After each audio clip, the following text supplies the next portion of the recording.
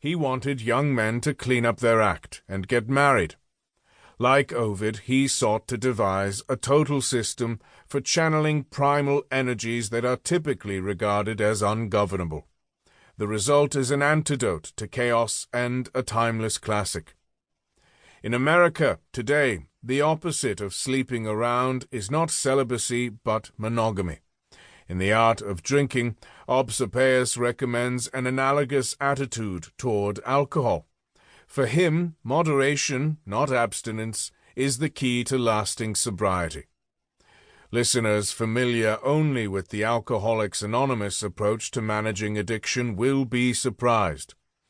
Obsopoeus drafted The Art of Drinking while hanging around the learned monks of Heilsbronn Abbey in Ansbach, and a former wine steward there, one Sebastian Hamaxergis, composed a poetic blurb for it that Obsopoeus splashed across the title page.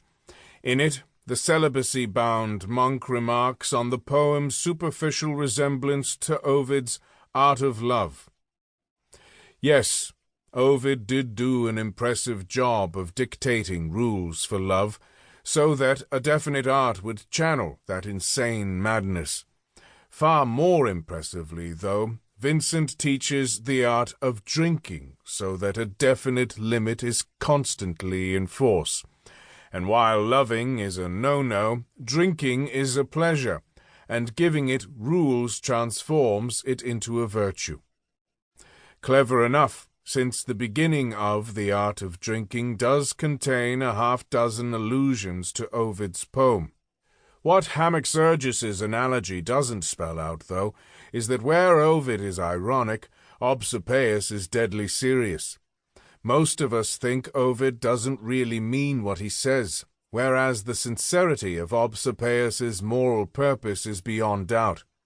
His text pulls back the curtain on the birth of a new and poisonous culture of hazing, peer pressure, competitive drinking, and even in Book 2 on what some now call toxic masculinity.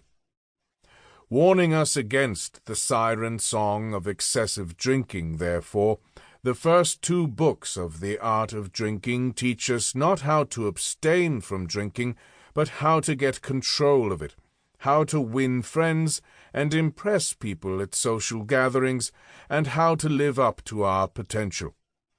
In the 3rd book, the mask slips, and Obsopoeus tells us how to win competitive drinking games, citing extensive personal experience. Obsopoeus published The Art of Drinking in 1536, and republished an expanded edition the next year. It proved popular, but in time the Catholic Church placed it on its index of forbidden books. As explained next, the present book is offered as a 3rd edition of the poem. His art propounded a system he found to get hammered with honor. Calixtus Fontanus. Born around 1498 in the village of Heideck, 30 miles south of Nuremberg, Vincent Obsopoeus is not regarded as a major poet, but he should be. The Reformation got underway in his neighborhood in his lifetime, and he played a bit part in it.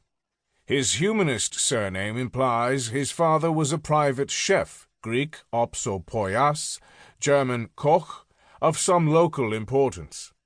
His brother, Michael Obsopoeus, a Bavarian preacher, spent 6 years in a monastery jail on unspecified charges. In 1532, Vincent married Margareta Herzog of Nuremberg, and 6 or 7 years later he added a touching remark about her to a footnote. As far as I'm concerned, there is nothing sweeter, nicer, or more precious than my wife. So help me God, I hope we never change. Even if we live longer than Nestor and the Sibyl of Cumae, I hope I'll always be young for her and she for me. His words are all the more poignant because by the time they saw print, Obsopoeus was dead. He had fallen sick and died a few months earlier, between April and August of 1539. His life had been a troubled one.